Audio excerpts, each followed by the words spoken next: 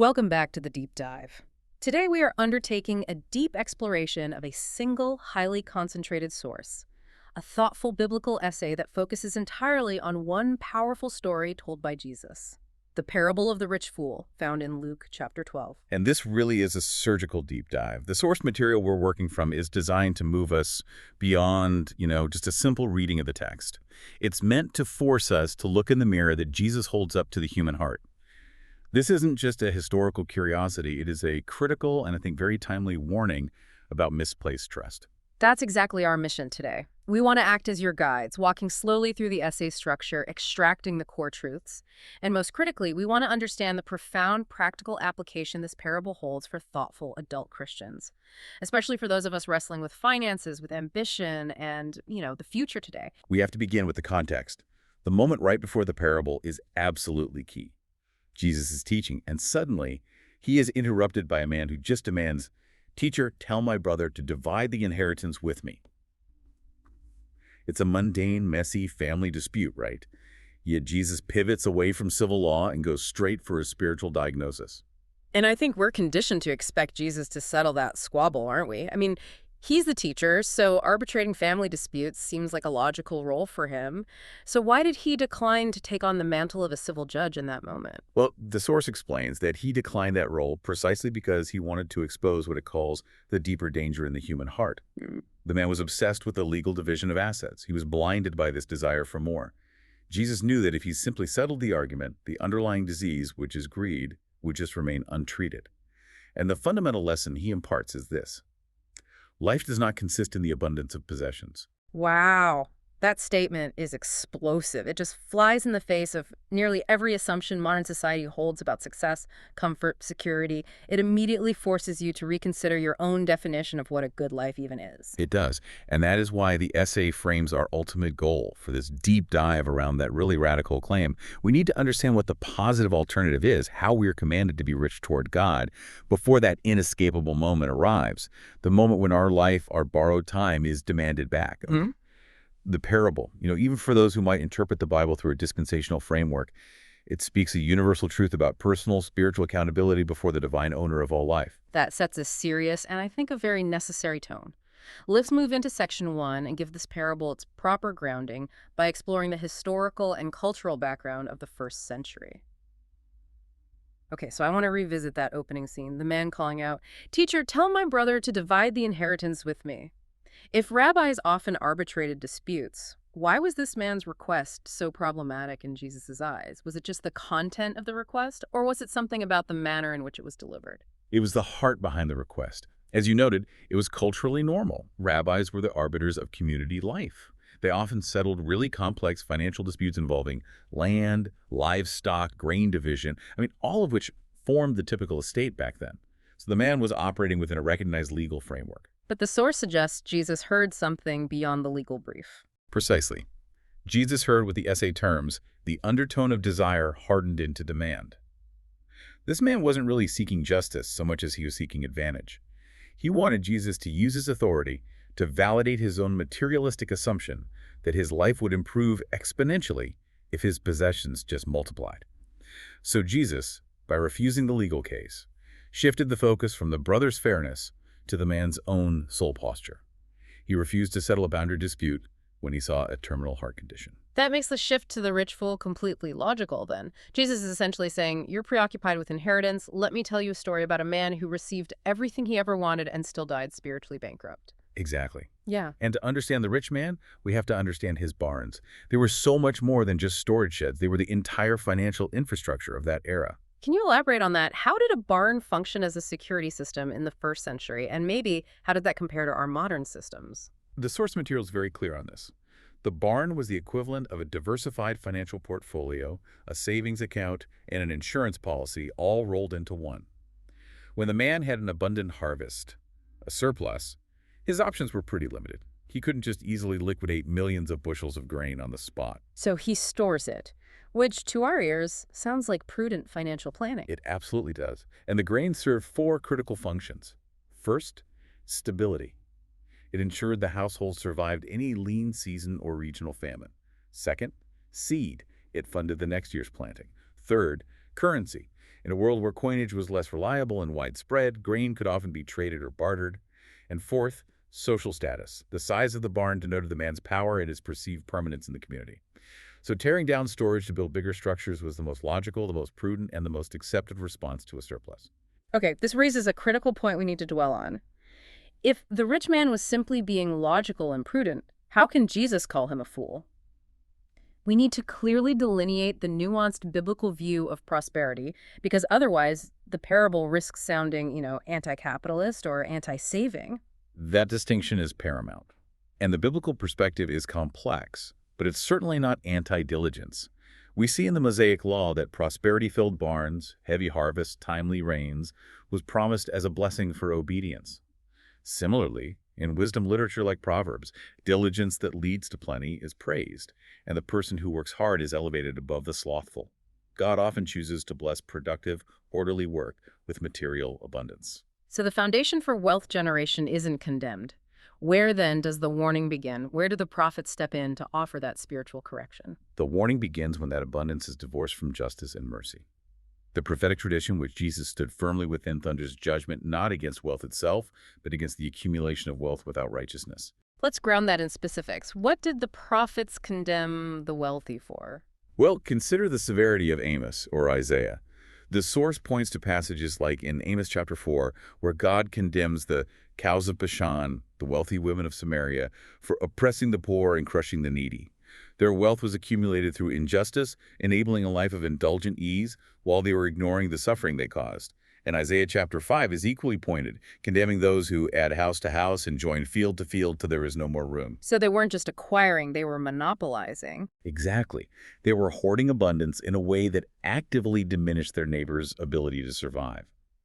The prophets teach us that hoarded abundance doesn't just sit there innocently. It actively corrodes the soul of the owner, replacing compassion with complacency. And it provokes God's judgment because it violates the covenant command to care for the vulnerable. The sin isn't having two barns. The sin is having two overflowing barns when your neighbor is starving and being ignored. That is the critical distinction. Diligence leading to provision is praised, but self-centered accumulation divorced from justice and mercy is severely condemned. That distinction is the hinge on which this whole parable turns, and it moves us into the rich man's projected future, which he summarizes with that famous, shallow phrase, "Eat, drink, and be merry." That phrase, from Luke 12:19 was highly recognized in the first century. It wasn't an original thought. It was a common Greco-Roman slogan, reflecting an almost hedonistic devotion to short-term pleasure. It echoed the philosophy that since life is short and death is certain, you should maximize comfort right now. So the rich man isn't inventing a philosophy. He's adopting one of immediate gratification and really ultimate despair. Precisely. His worldview was totally terrestrial. He had secured his material future, and therefore his spiritual goal was merely ease and endless feasting. He believed the grain guaranteed the years. But this stands in stark contrast to the tradition Jesus was instructing them in, the tradition of Israel. And how did Israel's biblical tradition view time and mortality differently? The Hebrew worldview was radically different from the rich man's short-sightedness. The psalmist confesses that our times are not in our hands, but entirely in God's. And even more powerfully, Moses taught Israel to number their days, to consciously measure the fleeting nature of life in order to gain a heart of wisdom. And wisdom means acknowledging mortality and then using the time you have to secure something eternal. And the rich man failed that wisdom test completely. He thought he had plenty of time and plenty of years, but he failed to number his days. The deep irony is profound. He was meticulous about counting his grain, but reckless about counting his breath. And Jesus uses this cultural tension to show us how easily material success, even if it's rooted initially in diligence, can subtly train us to trust the storage, the system of material provision, instead of the provider, the source of life and breath. And that subtle shift from dependence to self-sufficiency is the ultimate tragedy of the rich fool. So now we can transition seamlessly into section 2, examining the biblical narrative itself. Jesus sets the stage with his initial warning before the story even begins. He does. He tells the crowd, "Watch out, be on your guard against all kinds of greed. Life does not consist in an abundance of possessions." This is the frame. And the story that follows is the inevitable conclusion of a life that fails to heed that warning. Let's move into the man's monologue. It's presented to us as his private, internal conversation, yet it's almost a blueprint for modern self-help, focused entirely on planning and execution. It is the ultimate study in self-sufficiency, but also in spiritual blindness. And Jesus starts by giving quiet credit where credit is due. The ground of a certain rich man yielded an abundant harvest. The prosperity started with God's provision through the earth, but the man immediately removes God from the equation and assumes total credit and control. And we can track his complete internal shift through the aggressive repetition of the personal pronouns I and my. We can trace the monologue almost like a psychological breakdown of ambition. He says, "What shall I do?" That's a question of sole responsibility. Then, "I will tear down my barns and build bigger ones."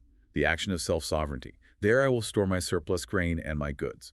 A claim of full ownership. And finally, he addresses his own soul. "Soul, you have plenty of grain laid up for many years. Take life easy, eat, drink, and be merry." That's a self-anointing with false security. That repeated, I think we counted at least 11 times in that short passage.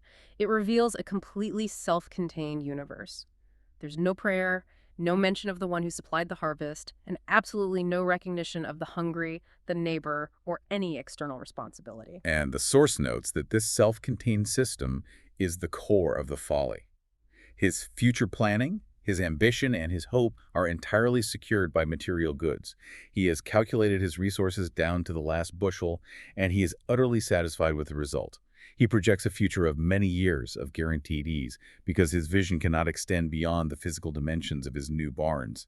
He is standing on God's earth, breathing God's air, eating God's grain, and yet his entire self-address is predicated on this illusion of self-originating power. That is the moment of peak confidence right before the interruption. I think we need to slow down here and appreciate the shock of God's reply because it just shatters everything the man held sacred. The interruption is terrifying in its finality and its suddenness.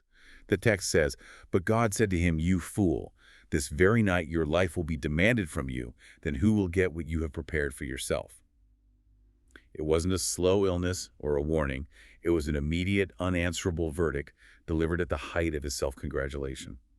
The dramatic power is that the man calculated everything except his own mortality. The choice of the verb demanded is incredibly potent here. It's not just that his life was taken or ended, it was demanded back. That suggests his transaction. What theological weight does that carry? That verb carries the force of a recall of something on loan.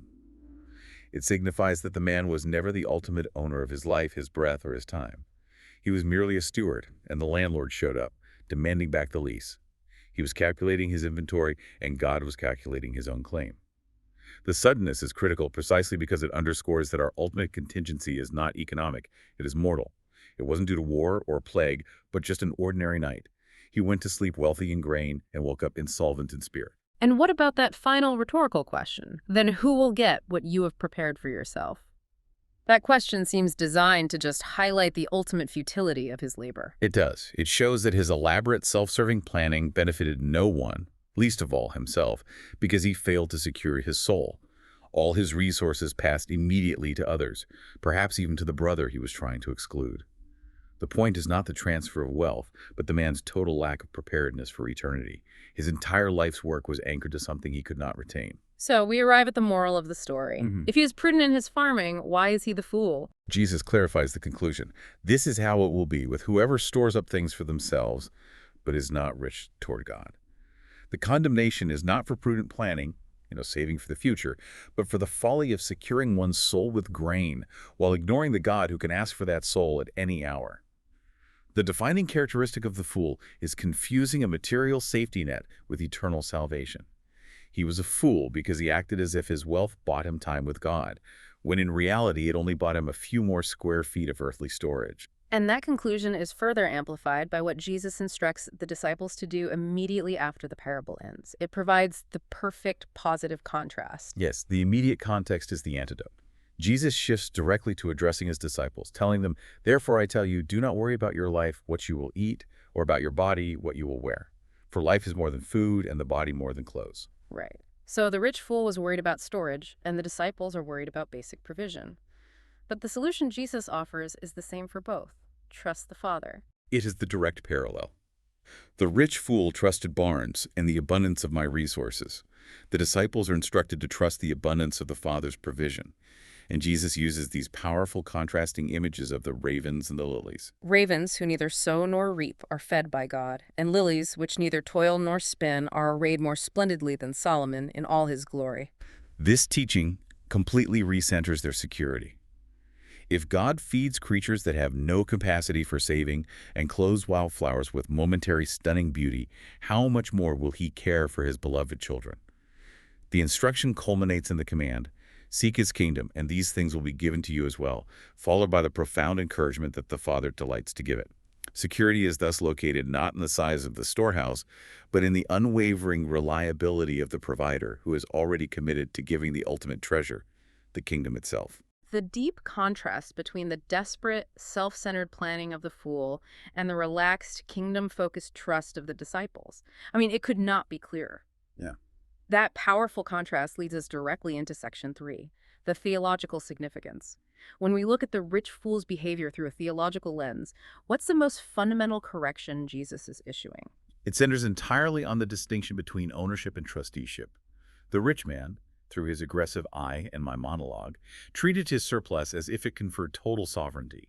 He acted as if he owned the land, the harvest, and his future, and God's reply, "Your life will be demanded from you," shatters that illusion of sovereignty with a single sentence. The life he believed was his own property was merely a borrowed commodity. The essay suggests that the deep diagnosis of the rich fool is not wickedness, but amnesia. Let's spend some time defining that concept. Why is amnesia the core spiritual sin here? Amnesia, in this context, is forgetting the Creator while enjoying the creation. The fool is not condemned for theft or overt violence, but for a profound failure of memory regarding his own creature status. He forgot the owner while standing on the owner's earth, breathing the owner's air. And if you forget you are a tenant, you will treat the property, your body, your time, your money, as if it were entirely your own. This amnesia leads directly to the folly, the delusion that the lease agreement is void and that he can write his own future entirely based on his accumulated assets. So if that is the definition of the fool, the person whose life is defined by amnesia and misplaced sovereignty, then what is the practical, concrete definition of the alternative, being rich toward God? Being rich toward God describes a complete overhaul of your affections and your practices. It is shifting the locus of your security. It means recognizing all resources, time, money, skills, breath, as means for worship, mercy, and mission, not merely means for personal comfort. It is locating ultimate security in the giver rather than the gift. The moment a resource enters your hand, the first question is always, how can this serve the owner's purpose? And Jesus doesn't leave this as some vague, pietistic idea. He provides extremely specific, practical instruction immediately after reassuring the disciples not to worry. Yes, in Luke chapter 12, he says, "Sell your possessions and give to the poor. Provide yourselves with purses that will not wear out, an unfailing treasure in heaven. For where your treasure is, there your heart will be also." This is the methodology for becoming rich toward God. It seems counterintuitive to sell possessions to gain security. How does this link to stewardship? Stewardship redefines time. The rich fool saw his remaining years as a canvas for comfort and ease, a chance to relax and indulge. Jesus teaches that we must see time and resources as a critical means for advancing the kingdom. When we exchange earthly, perishable goods for heavenly, imperishable investments, which is what giving to the poor or investing in mission is, we're essentially shifting our assets into a secure, eternal vault. We are anchoring our heart in heaven, ensuring that when the earthly lease expires, our true wealth is already safely stored with God. I know the source essay made a point about the scope of this parable, noting that it addresses a transdispensational hazard. For listeners who might be unfamiliar with that language, can you unpack what that means and why it's significant here? Sure. That technical term simply means this teaching is not limited to one specific historical covenant, like the Law of Moses or the Church Age. It describes a spiritual danger that is universal to the fallen human heart across all eras. The danger is the belief that material wealth and human economic systems can guarantee survival or provide ultimate salvation. It's the persistent idol of affluence. So the rich fool's mistake is timeless. Absolutely. We see this hazard from Genesis onward. And the source reminds us that this isolated, self-trusting economy of the rich fool is a miniature preview of a larger world system failure described in prophecy. Can you connect the rich man's isolated economy to those broader prophetic warnings? When we look at the prophetic timeline, particularly in Revelation, we see a world that ultimately places its trust entirely in commerce and economic control. Revelation 13 describes a system where no one can buy or sell without the mark of the beast, symbolizing total idolatrous control over economic activity. And then Revelation 18 details the ultimate sudden collapse of the global system of commerce, the judgment against Babylon the Great, where merchants weep because no one buys their cargo anymore. So the rich man thought his barns provided an endless future. The prophetic texts show that any system built on the premise of self-sufficiency will ultimately crumble. Precisely. The rich fool thought his prosperity could purchase tomorrow. Revelation warns that the world that thinks the same way will find its security violently removed. The fragility of trusting in human systems, whether personal barns or global trade, is the hazard that spans every era until Christ returns. It's powerful to see how seamlessly this teaching runs through the entire biblical narrative, especially into the apostolic teachings that followed Jesus. Yes, the apostolic witness harmonizes perfectly. It offers the same spiritual arithmetic. Look at Paul's instruction to Timothy regarding the wealthy believers in the church. Paul's warning, "The love of money is a root of all kinds of evil," is often quoted. But the source material really emphasizes the positive command that immediately follows. And the positive command is the key to escaping the rich fool's fate. Paul commands the rich not to put their hope in uncertain wealth, that unstable commodity, but to hope in God. And then he commands them to be rich in good deeds, to be generous and willing to share, thereby laying up treasure as a firm foundation for the coming age. It's the same instruction. Exchange perishable assets for imperishable reward. And James, writing to churches facing economic disparity and presumption, he echoes this concern about the future. James hits the presumption angle hard, focusing on how we speak about our time. He chastises those who say, today or tomorrow we will go to this or that city, spend a year there, carry on business, and make money. He calls life a mist and demands submission to God's sovereignty. If it is the Lord's will, we will live and do this or that. So it seems all these sources teach that the ultimate failure of the rich fool wasn't poor financial decisions, but prideful presumption. Absolutely. The source synthesis is clear. Barns without God are not security. They are bankruptcy disguised as security. The man's arrogance wasn't about what he was planning, but who he believed was in control of the schedule. And that leads us to the final piece of theological significance, the sheer suddenness of the judgment. It wasn't just that he died, but when and how. The judgment arrived in the ordinary cadence of an evening. No dramatic trumpet blast, no visible angels, no armies marching. Just a man, alone, congratulating his soul on its security when the invisible owner of life revoked the loan. This is what demands wisdom. We must live today, now, as if God is nearer than our pulse, and as if tomorrow is a blessing we have not yet earned, but one that belongs entirely to Him. That brings us to section 4, spiritual lessons and application. This is the crucial part where we take these profound theological truths and connect them directly to our personal choices, our finances, our schedules, and our anxieties in the modern world. And we must begin with the rich man's internal dialogue, because it is the most relatable part of the story. The essay brilliantly defines this monologue as a private liturgy that trains his loves. I love that phrase, private liturgy. A liturgy is a ritual that shapes belief through repetition. So if the rich man's speech was his liturgy, how exactly did it train his loves? The man's speech was a constant rehearsal of provision without the provider, surplus without service, and years without judgment. By repeating, I will and my soul, he was spiritually preparing himself for ease, self-worship, and isolation. He was performing a continuous vow to himself, affirming that his happiness and security were dependent only on the accumulation of things he controlled. This private liturgy successfully trained his heart to love the gift, the grain, more than the giver God. And we all have modern versions of this self-vow. What specific modern examples does this kind of dangerous internal speech take today? They're subtle, but they are powerful.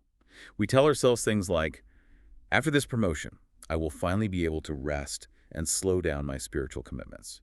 Or, once the investment portfolio crosses this specific line, I will finally be safe, and then I can afford to be generous. Or perhaps, when the mortgage is paid off, then I will be free to serve. These are self-vows that essentially postpone spiritual obedience, generosity, or deep devotion until material circumstances feel perfect, effortless, or completely secure. They prioritize comfort over kingdom service. So the antidote must be a new, intentional liturgy rooted in gratitude and worship. Exactly. The new liturgy must begin with gratitude, which naturally breaks the spell of self-sufficiency. We have to internalize the question posed by Paul.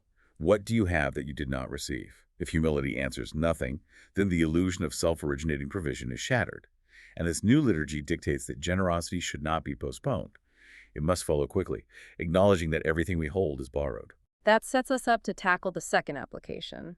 dismantling the illusion of control through the practice of intentional giving. Giving is so misunderstood if we treat it merely as God's requirement or, a tax on our income. Mm. The source material emphasizes that giving is the Spirit's indispensable tool for loosening the fingers of fear and pride. The tight, fearful grip we keep on our resources is a sign that we fundamentally doubt God's ability to provide. That's fear. Or that we believe our success is entirely our own doing. That's pride. Generosity actively combats both. And when Jesus instructs the disciples to give alms and store treasure in heaven, he is offering them freedom, not austerity. He is freeing them to enjoy Him as their true, unfailing wealth. We often talk about budgeting, but the essay urges us to see our budget lines as battle lines.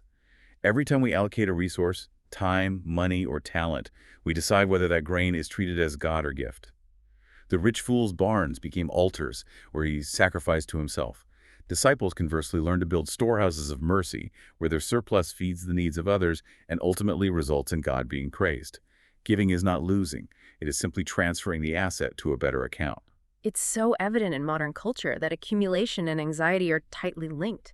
The more we have, the more we worry about losing it. How does this parable help cure that deep-seated anxiety? The contrast is clear. The rich man tried to solve fear with storage. The Lord solves fear with sonship. The cure is not in maximizing the contents of the barn, but in cultivating the daily awareness that we are seen, known, and supplied by a Father who will not fail. When Jesus points to the ravens and the lilies, he is establishing our theological status.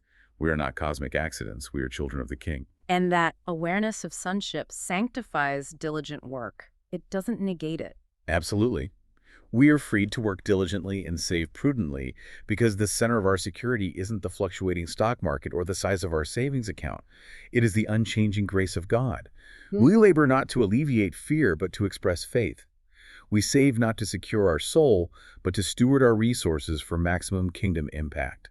That perspective shift cures the underlying anxiety. The rich man's monologue was totally insular. It contained no neighbor. This forces us to consider the crucial social dimension of being rich toward God. The isolation of the rich fool is a central critique.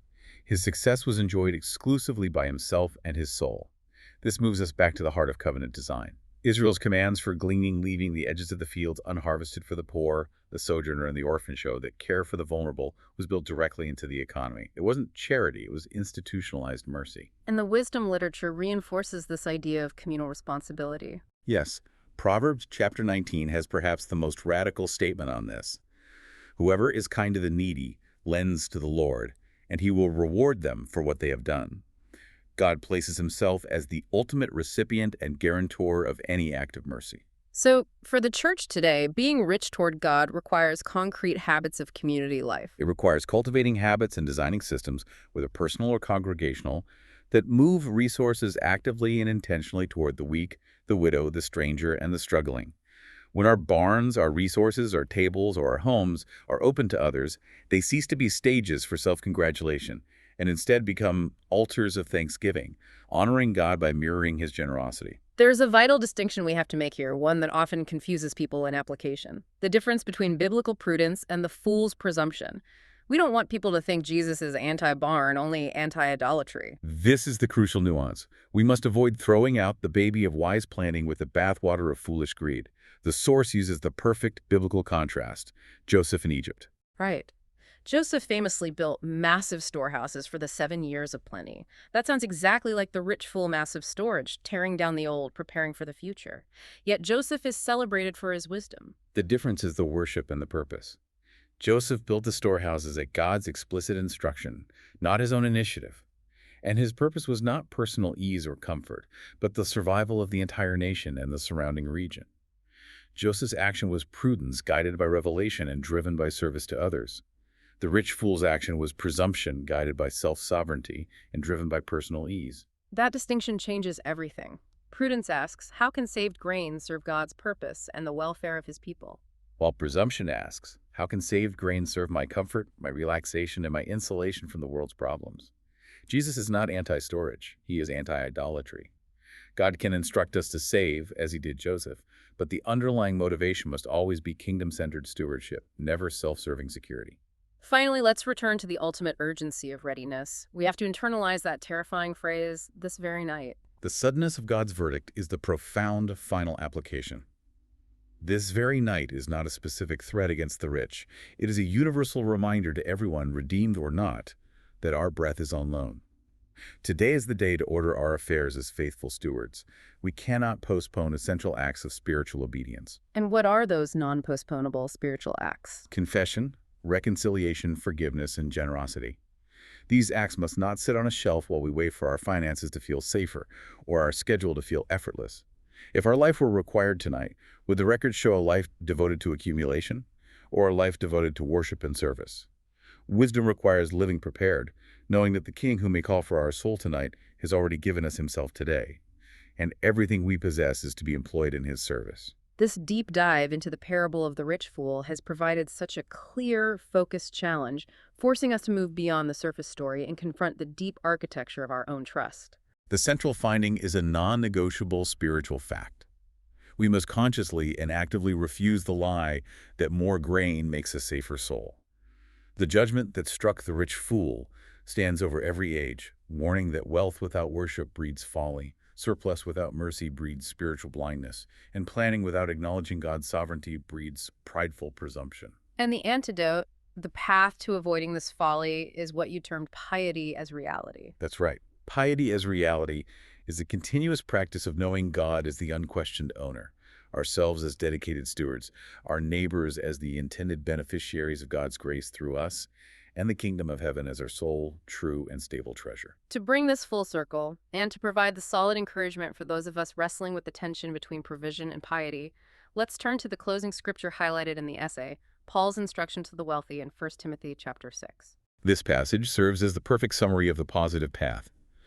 Paul commands those who are currently rich not to put their hope in uncertain wealth, in the fleeting nature of this present world economy, but to put their hope entirely and securely in God.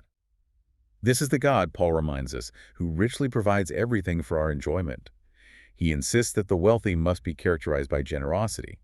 They must be rich in good deeds and to be generous and willing to share. That is the ultimate financial plan, to invest in generosity and share willingly. Indeed. If we anchor our heart in heaven and let our grain work actively in love and mercy here on earth, then our joy, our security, and our ultimate future will not depend on the size of our storehouse. We will have lived as faithful stewards, and we will not only avoid the shame of the fool, but will also be fully ready if our life is required tonight. May you be encouraged today to seek his kingdom first, to live with profound gratitude and active generosity, and to count every breath, every dollar, and every day as a borrowed gift from the Father who delights to provide for you. Thank you for joining us for the deep dive.